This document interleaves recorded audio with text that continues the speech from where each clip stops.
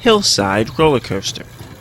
One of the most remote permanent coasters in Thailand, Hillside Roller Coaster resides at Chaai Khao Coffee in Surat Thani.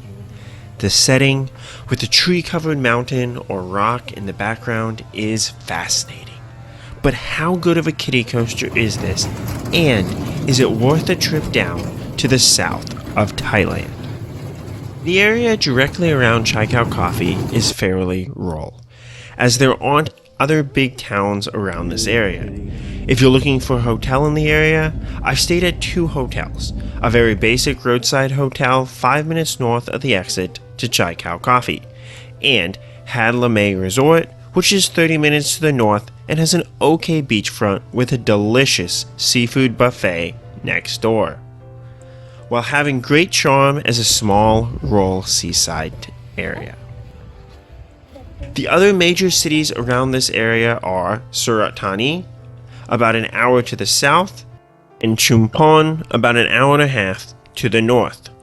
For those driving from Bangkok, it is a little over an 8-hour drive, though it is right on the way if you're driving to Surat Thani and or Phuket. And this area would likely make a nice stopover to break up that drive.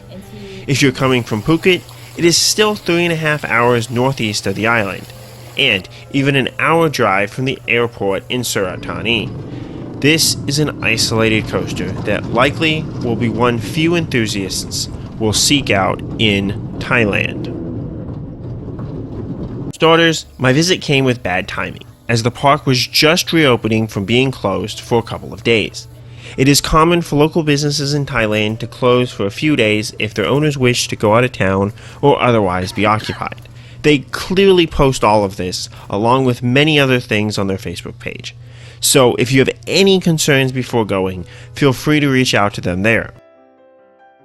But I'd already set aside that specific week in advance to visit the south of Thailand, since, especially with living in Surin, it was not easy for us to plan time to drive all the way down to Surat Thani. Thus, on my lone visit to the park, I wasn't able to see it in full swing, as most of the rides were still closed as they were working on getting everything back and open. Fortunately, the operators let me ride the coaster after making the long trek, but getting good off-ride video of the coaster and other attractions proved difficult since no other guests were experiencing the attractions. I was able to try the food. Even though the name says coffee, coffee shops in Thailand tend to sell many other things besides just coffee. Drinks are just a higher margin item, as they can go for 40, 50, 60 baht versus food that can go for 80 to 150 baht for an expensive dish or 40 baht for a cheap dish. Since I'm not a coffee drinker, I tried a lychee smoothie and it was delicious. In my travels around Southeast Asia, I've had a fair share of smoothies, and this was certainly one of the better ones that I've had, as it was smooth, flavorful, and overall delicious. My wife also got an iced green tea, which was equally delicious, even if I prefer something that I can sip a little more slowly. As for the food, I got more Western-style food and tried their chicken steak. It's a thing in Thailand to call any dish with a fillet of meat a steak, even if it is not beef. The chicken itself was okay, but slightly worse than the not-so-great meat one would expect in a similar meal elsewhere. The French fries, one of my favorite foods, were delicious and reminded me of the fries you'd get at a fast food place. The salad portion, again very standard side for a steak dish in Thailand, was larger than similar dishes that I've gotten, so I appreciated the extra salad. They also included a few small pieces of garlic toast, which were delicious and helped add a bit to the meal. I also got chicken wings. In Thailand, it is not uncommon to serve wings with a sauce on the side, and this is how they came. The sauce was really sweet and delicious, one of the better sauces that I've had while in Thailand, and made the wings good. My wife had yum liboa, which looked delicious as I kept picking at it until my food came, but for me it was pretty spicy, as it made me run for my glass of water much more than even other dishes I've had while in Thailand. We were also treated to a nice show from the monkeys while eating.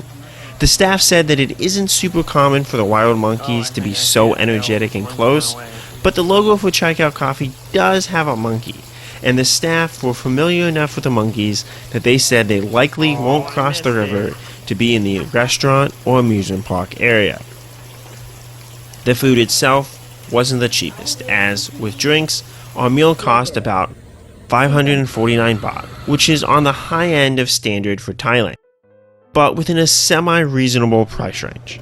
However, with buffets charging only 300 baht per person, there are better economic food options out there. Enter the amusement section.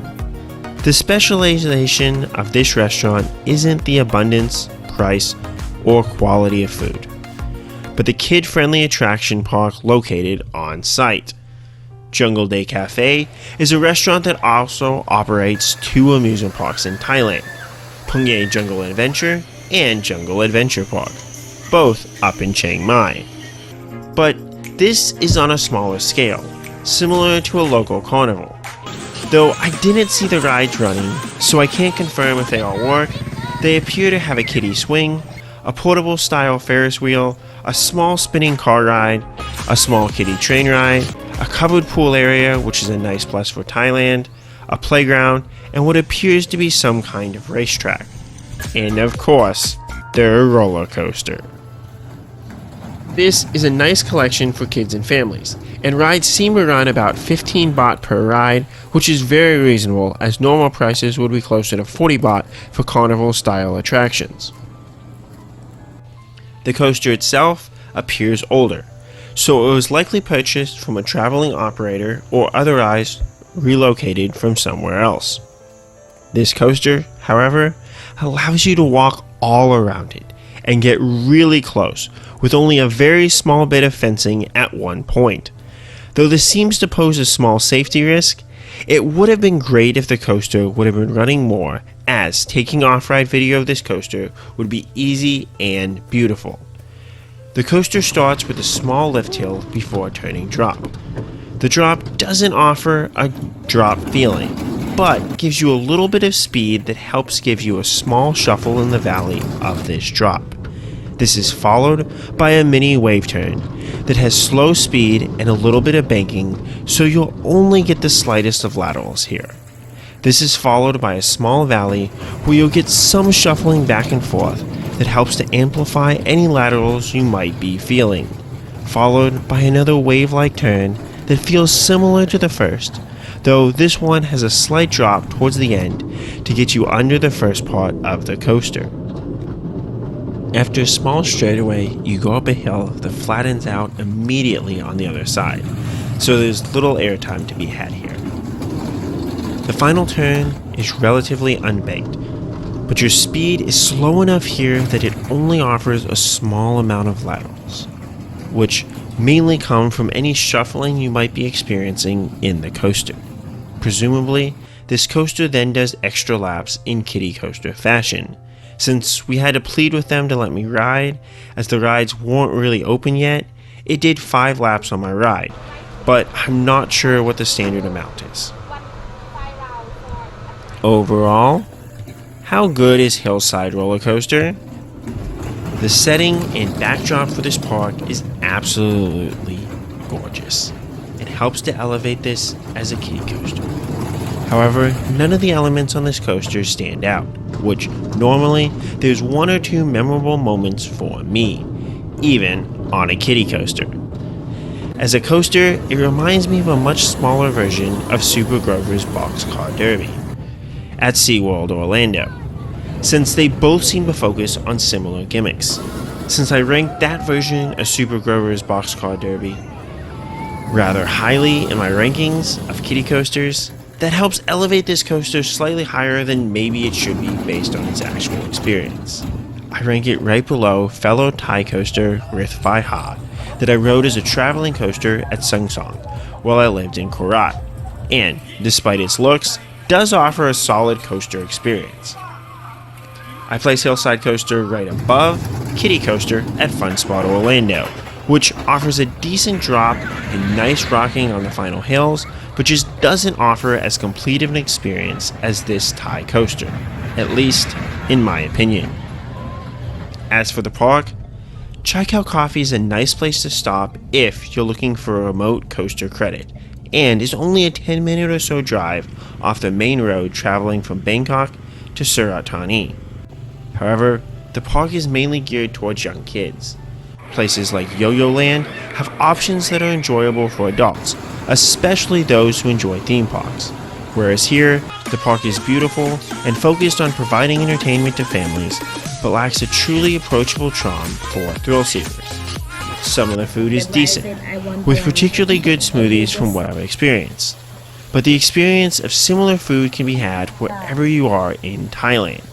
The location, with the hill as the backdrop, is a great touch, and makes this one of the most beautiful parks in Thailand. But, given the many other great natural places you can visit in the south of Thailand, this beauty is only comparable to other amusement parks. For families, or those in the area, it is worth a stop to experience, but it is likely not worth seeking out as a coaster enthusiast unless you're a true fan of the roller coasters of Thailand. What is the most remote amusement park that you've been to? What are some of your favorite parts of Kiddie coasters? What's your go-to dish at a local Thai coffee shop? Let me know, and as always, Khap Khun Krap. ค่ะ